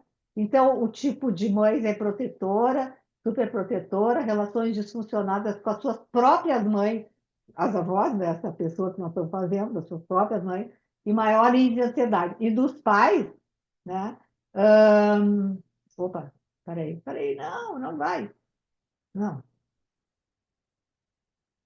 não, tá para trás, não é para frente. Tá. E os pais têm maiores incidências de patologia depressiva, mais inseguros inibidos e periférico na hora das decisões familiares. Então, os pais são periféricos, tá ali, ó, a sombrinha dele, meio ali, e ele não toma decisão nada, ele não participa, também ninguém chama e nem ele vem. Também não chamo, mas ele também não vem. Ele não faz força. Ele acha o máximo ficar assim. É o tipo de família que combina com esse tipo de transtorno. E as incidências que muitas vezes aparece, que a gente diz, por que será que apareceu? Às vezes é morte de alguém que tu gostava, a pessoa se deprimiu, usou esse sintoma, separações dos pais que acontece antes, por isso ficam com sintoma, é escolha do sintoma, digamos, né? Que às vezes é por essas situações. Mudança de estado, perde os amigos, as famílias, aí fica perdido, e outros bastante interessantes para o paciente ou a paciente, e de seus familiares. E todo mundo se perturba com alguma coisa desse nível, um item desse, perda, separação, mudança, que pode gerar uma disfunção na família, eclodindo aquilo que estava meio abafado, e ainda em uma coisa dessa, pá, aí explode e aparece o sintoma. Sabe? Que às vezes ele está ali na berlinda, meio que normal, acontece uma coisa, e aí aparece, eclode esse problema. Daí que a anorexia é um transtorno alimentar muito complexo, em que a pessoa tem uma preocupação exagerada com o peso e o corpo. Pessoas com esse diagnóstico apresentam uma imagem distorcida de seu corpo, percebendo-se com excesso de peso, mesmo sendo extremamente magro. É a distorção da imagem corporal, que é neurológico, que causa esse problema. Não é imaginação. Eles se veem mesmo assim. Se veem gordos, tá? Aqui eu vou botar esse pedaço, ela se pesando, que eu achei interessante lá. Fun, fun. Então, eu gostaria de comentar isso aqui, ó. Viu que ela disse assim, eu não botei pedrinhas na calcinha, que ela diz, porque isso é outra coisa que é muito comum. Quando elas vão se pesar para ver se ganhou, que faziam e que a gente teve que adotar um sistema diferente, elas botavam no sutiã, nas calcinhas, pezinhos, pedrinhas, borracha, tudo que tinha na mão para ter peso ali. Então, nós sempre que atendemos, eu não sou nutricionista, mas quando elas vão na nutricionista, que é da equipe, é assim, tem que chegar, tirar toda a roupa, calcinha, sutiã e botar a bata. Ir no banheiro fazer xixi com alguém ouvindo que ela fez xixi mesmo, né? Sentar, só tem que ver se fez xixi, tá? Aí ela sobe na balança. Dependendo do grau de gravidade, a gente deixa ver o peso ou não deixa ver o peso. É a orientação que se faz para quem vai pesar. Porque elas, quando elas estão naquela crise de menor peso, 5 graminhas elas entram em surto. É uma choradeira. Querem me engordar, vocês estão me deixando louca, vocês querem que eu seja uma obesa, sabe? Existe uma crise, então, dependendo do nível do tratamento, elas podem ou não podem ver o peso. Então, isso é orientado para quem vai pesar. Não pode pesar em farmácia e nem em lugar nenhum, só naquele lugar. A orientação para os pais, tu acha que eles obedecem, mas assim, ó, não tenha balança em casa, não vão na farmácia na balança, não façam isso. É só que a gente fala, fala, fala, mas vamos na balança, vai aqui, vai. Ah, mas ela quer se pesar, mas não é para se pesar. Ah, mas ela quer, mas não é para se pesar. É assim uma briga para tirar uma balança de casa. Ou então, quando vão caminhar, não deixa subir na balança, porque isso é ruim, isso atrapalha. E o peso ali não vai ser, porque está de roupa, está de sapato, está de tudo e ganhou mais o peso. Então é uma coisa real. E para elas é como se fosse verdade. Todo aquele peso de roupa. Olha como eu estou gorda, olha como eu estou gorda. Que tem que ser nua. Porque elas botam, olha, já botaram até na vagina, coisa para pesar, para mostrar que ganhou peso, sabe? Foi uma coisa muito triste, assim, de ver a inteligência contra um bem-estar que a gente quer e para elas não é, né? É que a gente é maldosa, a gente quer engordá-las, né? Então, é uma briga, a gente está sempre brigando. Os prejuízos físicos, psicológicos e racionais fazem necessária uma intervenção de diferentes profissionais em busca de aumentar a possibilidade de sucesso no tratamento desse quadro considerado, em geral, de mau prognóstico. A maioria dos trabalhos publicados concorda que a terapia familiar constitui o método mais eficaz no tratamento dessas patologias. E sem a família, realmente eu diria que é muito difícil sair da crise, porque não tem remédio, porque elas estão com esse problema da família e tu tem que trabalhar essa evolução dessa estagnação que ficaram na sua vida. Isso é uma paralisação numa etapa anterior que tu tem que trabalhar para poder liberar, digamos assim, e a pessoa e a família viver a sua vida sem esse tranqueira que está causando todas essas dificuldades. É muito ruim quando a pessoa já é adulta, que mora sozinha, e que a família, como tu disse, nem mora no mesmo país para trazer, mas hoje tem a internet, às vezes dá para a gente trabalhar com ele. Mas tem que trabalhar a relação. Claro que ela, quando mora longe, não vai cuidar comida, não vai, mas tu vai trabalhar o sofrimento, o que que vem, o que que aparece ali, da dinâmica familiar, Não, né? ela adoeceu longe, eles trouxeram ela para cá porque ela estava em. Ah, trouxeram, que bom. Ah, pensei que ela ainda estava no exterior. Ela adoeceu longe, eles trouxeram ela para cá, uns 4 meses. Ah, que bom, maravilha. Tá vivo e a cores, pode trazer. Mas é um conflito brabo, brabo. Ah, né? Tá bom. Então vamos lá. Agora eu trouxe. Ah, peraí, mas por que que isso aí de repente vai para frente? Eu trouxe uma coisa que eu achei muito importante, tá? Se nós depararmos com alguém que parece ter parte desses sintomas e suspeitar que possa ser um transtorno alimentar, deveremos encaminhar o mais rápido possível ao especialista. Desta forma, quanto mais cedo detectarmos alguma anomalia, menos será prejudicada a sua vida social, familiar e o peso. E aí eu trouxe algumas coisas que seria interessante a gente saber se alguém, alguma família algum dia disser que tem acontecido isso na, na vida cotidiana. Acessar o banheiro logo após a refeição. Às vezes a gente pergunta, eles dizem, a minha filha é impressionante como ela cuida dos dentes. Ela come e logo vai lavar os dentes. Ó, lavar os dentes, coisa nenhuma. Vai vomitar, provavelmente. Poderá ser ou não. No banheiro, dando descarga ou abrindo torneira, desnecessariamente. Então, tu ouve assim, ó, foi no banheiro, tu ouve muita água correndo para não ver que está vomitando e trocando a descarga, vomitando e abre a torneira para fazer barulho de água e não saber que é aquilo. Então, são pequenos detalhes que poderá ajudar numa situação de questionamento, tá? Alteração dos hábitos alimentares, comer mais rápido ou mais devagar, para mostrar que está comendo bem, comer pouco ou espalhar alimento. Eles pegam o prato e espalham assim a comida para parecer que estão comendo, sabe? Querer comer sozinho no quarto, interesse por dieta, sabe tudo de calorias, sabe tudo quanto que tem isso, aquilo, ansiedade, grande sentimento de culpa relacionado à ingestão, insatisfação corporal, baixa autoestima, isolamento social, que também é comum. E aí eu trouxe esse esse pedaço que eu também achei interessante, o terapeuta conversando com ela. O que vocês acham? O que querem fazer algum comentário desse momento? Ieda, eu acho que é melhor a gente ir até o final, depois a gente comenta, Tá, porque tá tem gente bom. querendo falar. Tá, quando o indivíduo nasce, tá aí, então voltar. Quando o indivíduo nasce, ele não vem ao mundo como uma tela em branco que vai ser preenchida a partir daquele momento. Ao nascer, ele vem inserido numa história que compreende várias gerações e recebe uma série de expectativas, delegações ou projeção dos pais, avós e família externa. É o Bauer que disse em 1981. Eu gostaria de ter dito, tá?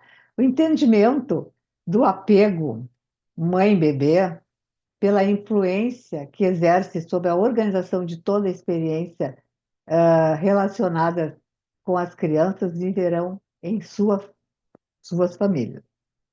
A partir de estudos realizados, constatou-se que o vínculo mãe-bebê tem um papel relevante no desenvolvimento deste transtorno, pois esse relacionamento influencia a organização de toda a experiência que a criança vem a ter em sua vida.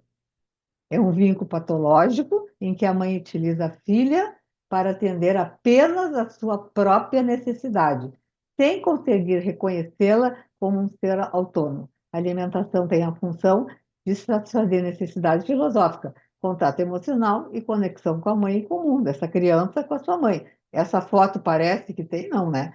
A mãe tá nem aí para que ela fala. E uma coisa só para completar é o seguinte: são mães que não decodificam o choro do bebê. São aquelas mães que assim, ó, chorou, deu o peito. Tá com cólica, deu o peito. Deu um pum, dá o peito. Riu, dá um peito. Quer dizer, ela não percebe o que poderia oferecer a não ser o seio. Então, a criança vai, desde que nasce, começa a amamentar, que tudo é resolvido pela comida, tudo é pelo oral. Depois ele podia, se não vai pela comida, pode ser que no futuro seja um drogado, digamos, mas como nós estamos na anorexia, vamos ficar na anorexia, tá? Então, é assim, ó, tudo é resolvido através da boca, que é o alimento. Então, a criança vai se tornando alguém que sempre que tem um problema, ou come, né? E depois, quando não quer comer, vomita, mas botou para dentro, depois tirou, né? Então, são essas ligações primárias que fazem parte de transtornos alimentares, principalmente anorexia, tá? Só para colocar que não é fantasia, é verdade, tá? Tá, e vínculos, tá? Mulheres com transtornos alimentares relatam ter tido cuidado materno na infância que resolveram certo grau de frieza emocional, indiferença e rejeições psicológicas. A proteção materna consistia em intrusão, contato excessivo ou infantilização. A pesquisa realizada indica que os pacientes com transtornos alimentares foram classificados como apegados ansiosos, confirmando que os apegos inseguros estão presentes ou aparecem de forma significativa no caso de transtornos alimentares, tanto anorexia como bulimia também, tá? É preciso entender que os sintomas representam a expressão das angústias, medos, raivas, culpas ou qualquer outro sentimento que não tenha a possibilidade de ser traduzido em palavras, sendo, portanto, expresso através do corpo. Tá? Esse aqui eu quero que vocês devem ter visto, mas é a coisa mais linda que eu já vi na minha vida num filme. Diferença, não?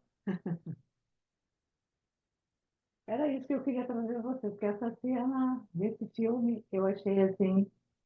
Cada vez que eu vejo, eu fico arrepiada, porque realmente é muito emocionante. Eu acho, explica tudo, assim, sabe? Ele faz uma síntese, né?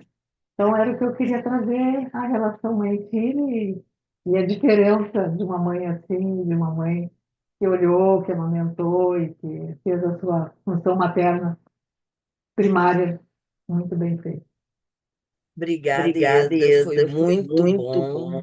Agora eu queria que você Tem que revelar. descompartilhasse para nós podermos estar todos aqui. Isso, né? Para a gente conversar. E aí eu queria ver quem é que quer colaborar. Parece que a Marcele quer falar alguma coisa, né, Marcele? Então pode falar.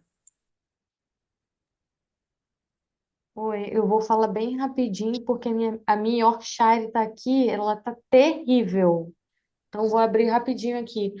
Eu só queria entender uma parte que eu fiquei meio assim, bem no finalzinho. Depois dessa cena com a mãe, que é a cena mais chocante, assim, pro lado bom, né? Ela sai da tenda e ela vai para um lugar meio que um deserto e ela fica ali. E eu não sei se aquilo aconteceu de fato, porque depois aparece ela com umas queimaduras do sol. Então eu acho que aconteceu sim, mas foi o quê? Foi uma alucinação, aquela parte dela com o vestido branco, ela embaixo, ela em cima da árvore, com o rapaz, aquilo ali foi o que exatamente? Essa cena dela com a criança? Do finalzinho. Ah, Ela, quando ela sai dessa tenda, depois, né? A mãe sai, ela vai caminhar, e Como se fosse por aí, um deserto, né? isso, como sim, se fosse um deserto. Aí sim. Eu acho que ela tem tem ela. uma Aí, experiência de quase morte, Tá, né? É. tá, mas então, assim, aí eu ó, fiquei nessa. Não sei se é uma experiência de quase morte ou se foi uma alucinação, eu não entendi muito bem, eu fiquei na dúvida. tá. Por isso que eu parei só nesse personagem, eu não continuei com o filme. Botei aquela cena, a menina com a mãe, né? Que eu queria mostrar, que essa parte, tá? É que é fundamental. Se depois aquilo era da criança dela, se aquilo foi alucinação, para essa relação que aquele momento ali aconteceu uma aproximação, uma afetividade, uma relação mãe e filha que tinha sido trancada durante lá no início. Então, assim, ó, o meu objetivo realmente é mostrar essa ligação mãe e filho. Porque essa tenda não é da nossa especialização, da minha especialização, não é da linha que a gente, por que que teve todas aquelas outras imagens, deve ser de uma outra explicação filosófica, psicológica, mas que não influencia em nada nessa cena que foi retirada para mostrar que quando ela foi lá para o início, a mãe foi, se aproximou, explicou e deu o colo para ela, né? É isso que eu queria trazer, a relação aqui. Tanto que depois eu botei aquela foto da mãe simplesmente com a criança, fazendo suas atividades, a criança ali, nenhuma ligação. Essa era a mensagem, entendeu? Então eu não me importei muito com isso para este trabalho. Pode ser que para outro precisa dessa explicação, mas que não interferiria nada no que a gente viu de emoção, pelo menos que eu sinto, de ver como resgataram algo que tinha sido quebrado. Era nesse sentido que foi essa cena. Não sei se te satisfiz, né? Mas eu não posso explicar uma coisa que eu não sei porquê, não sei, não posso dizer o que eu entendi, porque eu quis sempre impactado nessa parte que elas se reencontram, sabe? Que era o objetivo do trabalho de anorexia que tem esse início, né? Mas eu até posso ver se eu tiver alguma explicação, eu te mando, tá? Mas eu nunca parei Obrigada. para entender muito. E eu acho que esse final, quando ela fica como se fosse ela estivesse enfrentando aquele deserto, aquelas purgações, aquelas coisas todas, me parece que é uma coisa simbólica quando ela então entra em contato com os mortos dentro dela, vamos dizer, com o deserto que ela viveu e que aquela família.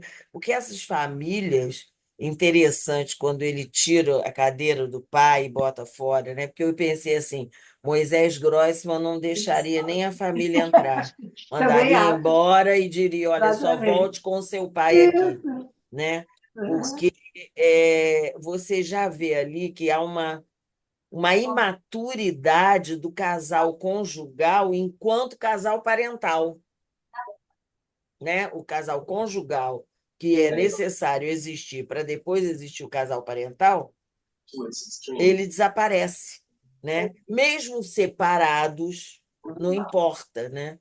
Então, eu tive um caso de uma menina com anorexia que eu e Noemi atendemos,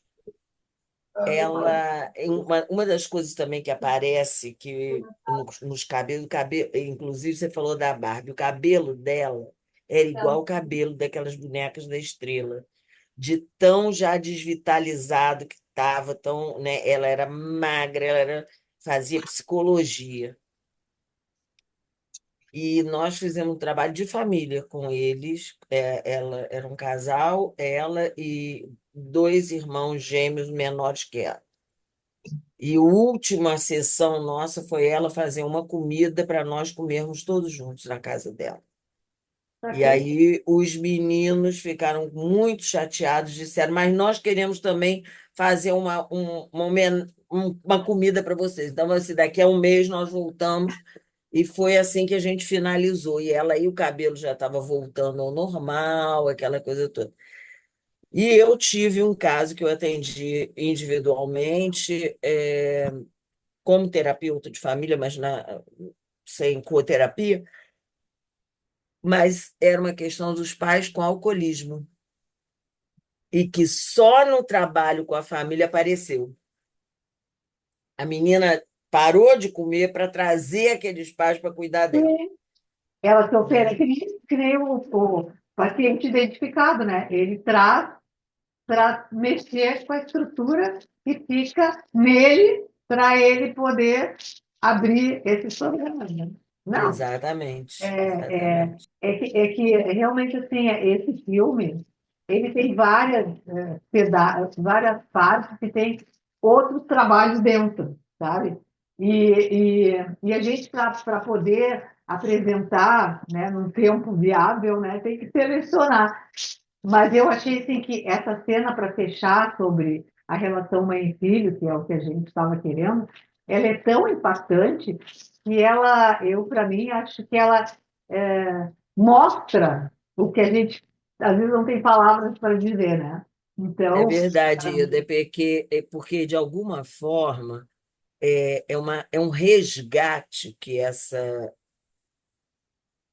dia de mãe e filha faz de uma relação com a grande mãe nutriente, né? Aquela que alimenta alimenta, que nutre, que faz crescer, que faz desenvolver, mas que pode ser a grande mãe da morte também, também. né? Que a princípio você vê quando essa paralisação que o sistema fica é uma paralisação para a morte.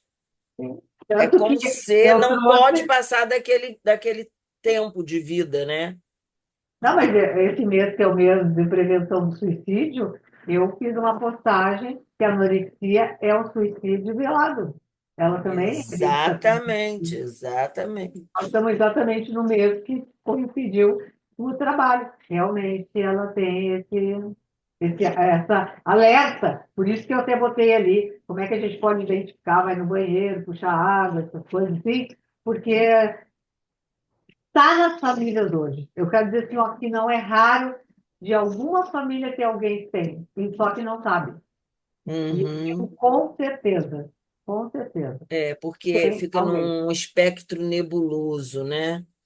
Eu, É, eu penso que essas moças, quando chega, como chegou o caso daquela que já estava num limiar, né, que arrebentou a porta do seu consultório, a chave lá, elas estão quase num borderline, né, em termos de sim, personalidade, né? Incrível. E a é. família está borderline também. Isso que é Então, interessante. tudo. Por isso que é difícil o trabalho, né? Porque tu É, tem que botar o pé no é, chão, não é lá muito fácil, né? verdade. Tem mesmo. Agora, Miriam. Não, você falou eu estou pensando a semana inteira em falar para você que segunda-feira a gente teve na ETF uma live sobre suicídio interessantíssimo. E eu o tempo todo pensando na anorexia, que é uma forma clara de suicídio, um suicídio lento, Sim, um suicídio, né? Quer dizer, mas é uma renúncia à vida, né? Renúncia. exatamente. E achando que está com controle da vida. Digamos assim, é uma, eu digo a morte anunciada, né? Porque como não, como vai morrer? Só que a pessoa não está nessa realidade. Ela está controlando o mundo através da comida. Ela acha que vai controlar a vida também. Ela tem essa ideia da inopotência do seu poder. Ela tem poder de tudo, tanto que ela manda na gente, manda no terapeuta, grita com a gente, quer, vai ser assim, que eu quero assim, tu não manda em mim, pensa que tu é o quê, sabe? É uma verbalização de uma pessoa forte, entre aspas, toda raquítica, mas ela é forte, e ela comanda o espetáculo. Ela quer comandar os médicos, todos os médicos. Tanto que, assim, a gente sempre diz assim, ó, se eu atendo alguém e o psiquiatra é o João, a nutricionista é a Maria, eu digo, eu só vou atender, não precisa ser da minha equipe, mas eu vou ter que fazer trabalho com eles, de uma equipe em algum momento, porque ela vai chegar na sua sessão, vai dizer que eu disse não sei o quê, vai trabalhar na sessão do outro, vai dizer que tu disse não sei o quê, porque eles levam informações erradas do que que acontece na sessão de cada um, fazendo essa crise digamos, de controle. O controle é dela. Tu não vai falar com o outro dia, Isso eu acho, Ieda, super importante, que haja esse tem que ter. contato de Não pode, todos, né? Porque não não tem dá como. para Não dá. funcionar cada um Não dá. encastelado no seu lugar. Para Não dá. casos graves, não pode, Sim, não dá. né? Não Tanto pode. que tinha uma menina que ela estava com anorexia, mas estava indo na escola, tinha um cuidado com a merenda, alguém cuidava, etc e tal, ia ter um piquenique, tá? Aí eu disse para a família, ela não está em condições de ir no piquenique, porque era longe, tinha que pegar o ônibus, não sei o que, não sei o que. Não vai. Ela foi no psiquiatra, que ele não quis falar comigo, que eu vou fazer, e disse que eu disse que ela podia ir. Ele deu atestado para ela ir. E eu disse que ela tinha que ir. E eu não disse. Então, essas coisas ela já fazem, não é mentira, é real. É assim, elas levam informações erradas, erradas não, para elas é a que elas querem, né? Sem o cara saber que a gente está dizendo A, B ou C.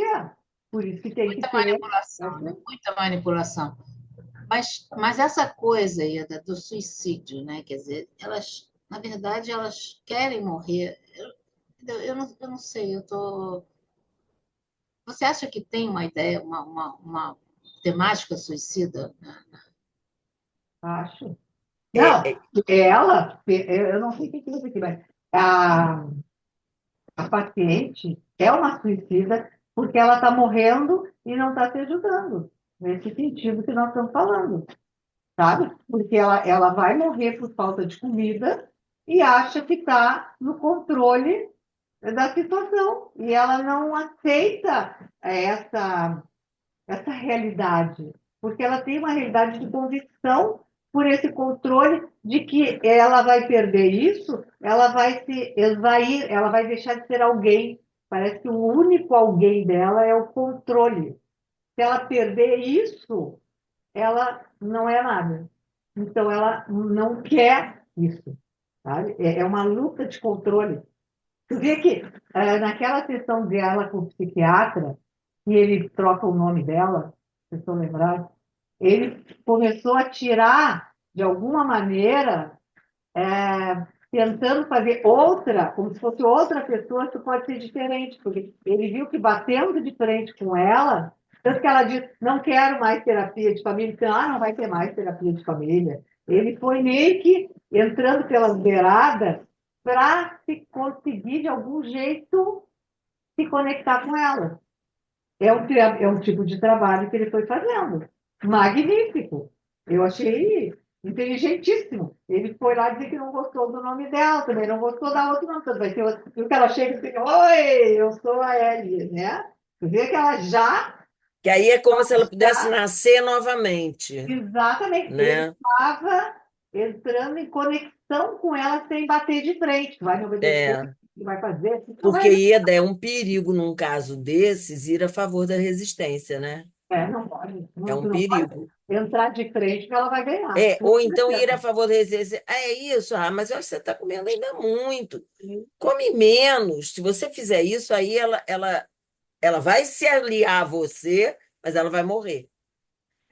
Cris, Não esquece que ele é terapeuta individual, ele era o psiquiatra, ele não era o terapeuta de família. Na terapia de família, as orientações são diferentes. Tu vai ter que cuidar, tu vai ter que impedir, tu vai ter que isso, tem que aquilo. Mas não é, né? Porque ele estava se conectando para poder fazer o trabalho psiquiátrico, psicanalítico dela, né? Ela, pessoa. A família é outra maneira de Sim, trabalhar. sim, sim. Não, só para. Ele foi muito inteligente. Eu achei ele assim, foda. Cara, não vai ter mais família, tá? É uma porcaria mesmo, tem razão. E aí ele entrou no nome. Ele pegou, não sei por quê, foi muito inteligente, e foi mudar o nome, porque aí E foi ter aí é outra muito personalidade. interessante, né, Ieda, que a mãe, nesse final, diz a ela, você tinha o nome da sua bisavó. Entendeu? Quer dizer, o negócio está sempre nessas Sempre estruturas transacional, anteriores, né? sempre. Provavelmente tinha uma história aí, né? Dramática, que não podia ser falada, É, etc. várias coisas. É um filme Que não se maravilhoso. podia engolir, uma É, história que não podia ser engolida, né? é muito Cris, fala interessante. aí, É Cris. um filme maravilhoso. Eu gostei.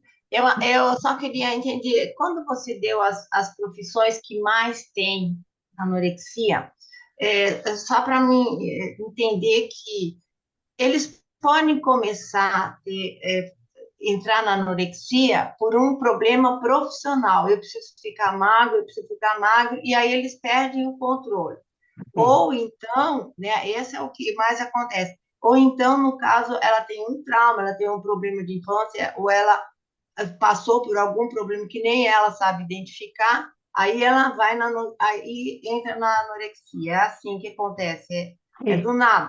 Não, Parece que é não do é, nada, não é do nada. É assim, ó. parece. Existe uma história anterior, que qualquer uma dessas, daquilo que mais ou menos eu coloquei, como é que é, ele fica na berlinda. Dependendo de como a vida vai se andando, e aparece um foco, tipo, aquilo que eu digo, uma mudança, uma morte, uma separação, aí explode. Então, é assim, ó, é uma coisa que está quase saindo. Pode ser que nunca vai aparecer, mas tem Tá em aquela relação, potencial, né? Está está com potencializado ali. potencial. Se acontecer alguma coisa que permitiu, ela vai entrar nesse diagnóstico de anorexia. Mas vai ter toda essa história de uma mãe simbiótica, de uma família emaranhada. Aí que a gente vai começar a ver, porque até então não interessava o que que era. E ela nunca fez análise para isso, ela podia fazer uma terapia para ela, melhorar o desempenho profissional, sei lá, e não foi por causa do transtorno alimentar, provavelmente. Ele fugiu depois de um fato concreto. Que nem nesse caso, ela tinha já problema com a mãe, mas o estupim foi a morte da menina. Ela acha que ela causou a morte da Sim, menina, que ela desenhava muito bem, etc e tal, né? a motivação. Então, Mas sim, o Marcele, eu achei que ela sonhou, depois que ela foi amamentada, né, pela mãe, aquela parte que a Marcele perguntou, eu achei que ela teve uma noite tão tranquila que ela sonhou. Ela sonhou, ela teve Eu também pensei. ela sonhou. E eu achei que quando você falou que ela se queimou, o rapaz que fala, ele não tá lá. Ele tá no sonho dela também. Então, ela não. Eu achei que foi um sonho, que ela teve uma noite tão boa, ela conseguiu voltar um pouquinho ali naquele momento, depois que a mãe pegou ela no colo, cantou na nenê, deu, amamentou, ela se melhorou. esse Essa é a minha filme, doutora, interpretação. esse filme, ele tem tanto detalhe maravilhoso, que a gente pode passar dias e semanas, porque cada detalhinho ali, ó, ele merece uma troca, uma reflexão, né? Mas a gente tem que enxugar, né? Tem que Porque eu queria enxugar. mostrar todo o filme. Porque eu também é interessante, mas era uma história bem paralela àquela que estava grávida, né? Já pensou? Aquilo também é nossa, uma loucura. Agora, só uma pergunta, Sueli, essa parte, esse debate vai ficar lá no CAPS para a gente ver, porque Vai eu ficar caí a minha conexão. gravado, vai A ficar parte, gravado, está sendo gravado. Provavelmente não vai poder aparecer aquelas partes dos filmes, porque certo. senão o YouTube derruba. Isso. O Rafael vai tirar aquilo e vai Tá. editar e vai colocar lá no Porque a minha YouTube do conexão CAPS. caiu duas, três vezes e É. eu.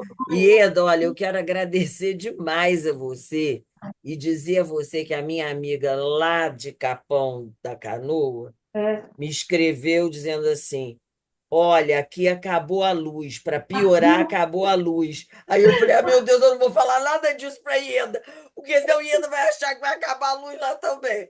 Eu passei o dia inteiro que não paga a luz, E que aí não eu acho que paga a essa luz. agonia que você viveu, essa coisa toda, eu acho que é a mesma agonia que a anorexica vive, em função de, no seu caso, é de não cair a luz, e o dela é de não ter peso a mais. Não Né? Eu me engordar. lembro há muitos anos atrás, eu vi numa reportagem, não sei se foi num documentário, de uma médica, ela era médica, ela não era psicóloga, canadense, que ela desenvolveu uma metodologia de tratamento com anorexias. Foi a primeira vez que eu vi um garoto de 10 anos sendo levado, um garoto indiano. Uma das coisas que ela fazia, ela não permitia que elas vissem o peso dela. Elas eram pesadas de costas para a coisa de medir lá, né? Sim. E tinha essa coisa toda dela dar colo, dela, sabe, maternar essas mulheres, crianças, meninos, etc. Uhum. Mas, olha, Mas, eu queria te agradecer muito, Ida, que foi bom. maravilhoso. Espero Gente, que só tem. tenha Agora, dado eu pelo menos queria. assim, ó, Alguém algum. sabe tirar foto assim desse grupo? A Cássia sabe, não sabe, Cássia? Eu sei que Vera Sabe? Reis sabe. Eu não sei tirar essas fotos. Eu Você sei. sabe, Miriam? Então tire, por favor, porque Pois No depois manda. a celular não gente. consigo printar a Eu tela. vou Tira printar. pro celular. Ah, tá. Se não, tira pro Ah, celular. olha quem chegou, A que Helena estava, sabe. já tinha entrado, tinha saído, tinha entrado, tinha saído. Claro, eu É, caí. A internet e está não, e brava. Helena, eu Tu ia sabe dizer Vou- tirar, tu sabe para fazer print, Ieda, Helena? Eu vou fazer e você. mando para vocês. Tá Tá. bom, querido. Ó, Olá, tá. É, sim. está Tá bom. vendo? Tá bom. Pelo menos no final eu te vi, né, Helena? Porque eu te vi, sumia. Vi, sumia. Tá? Pronto. Hoje tá assim, o tempo todo. E Mas eu aí, agradeço os você anjos. entrou, Helena, quando ela estava falando sobre o filme, ou sobre um caso, a melhor amiga, você entrou. Eu falei, olha, sincronicidade junguiana aí, não tem jeito. Ai, é que eu terminei a aula, deixa eu aproveitar o restinho. É, Tá mas bom. é bom, né? É, Olha, Ieda, muito obrigada. Nós ficamos Beijo. assim Valeu. emocionadas com o seu trabalho Eu gostei. e com a sua alerta para nós vermos coisas que às vezes ficam encobertas, verdade. né? Porque são dissimuladas, porque são escondidas, não se Não, tu viu revelam que eu com tanta comecei facilidade. mostrando a minha cegueira, né? Que eu quase mato a paciente. Exatamente, Quase exatamente. mato a paciente, né? Sem saber que ela Não, e era. você imagina que coisa importante quando você disse ao marido, eu vou falar com ela para você vir. Porque tem profissionais, que eu digo que ainda estão lá no século XIX, não posso ter contato, e aí perde, às vezes, de ver coisas que são muito importantes para aquele cliente naquele momento, né? Só não pode ser sem a própria paciente, só isso, porque o resto E- pode tudo, desde que ela ex- esteja junto, né? Isento, Se ela ela estando junto, permitir, pode vir até a claro, torcida do Flamengo toda. exatamente. E é muito bom. Exatamente. Às vezes até muda, até podia ter, claro, vezes não, mas podia até ela permitir que ele fizesse junto, que era o caso do casal, que ela estava falando dele o Exato. tempo todo, né, sem ele estar, né? No fim a gente acabou com outro tema, mas tudo bem. Mas ela se É. recuperou, ela é super minha amiga, é, assim, ó, foi um resgate muito legal essa Foi porque paciente. você salvou ela da morte anunciada por ela, Tá? né? E ficou com o marido até hoje. Pois Foi é. uma Então eram história duas bonita. mortes. Ela ia perder o marido e ia morrer, E eu, né? e eu ia ficar culpada a vida inteira. Gente, Mas olha, que muito bom, tudo bem. obrigada a todos vocês. Parabéns Obrigada. para a nossa amiga Obrigada. Ieda. Boa Nada, noite. E tchau, até o tchau, mês que tchau. vem, Obrigada. tá bom, Tá gente? bom, Beijo, tchau. beijo, Miriam. Beijo. Obrigada Obrigada a a sua presença, todas. foi ótimo. Tá. Tchau, Beijo. tchau, Obrigada, gente. gente. Tchau, Tchau, Adelaide. tchau, Tchau. Sônia. Tchau, Cris. A Tchau, outra, Eva ah, Elizabeth. é Tchau, a Tchau, outra Carla. querida. Obrigada. Tchau, Sol. Grande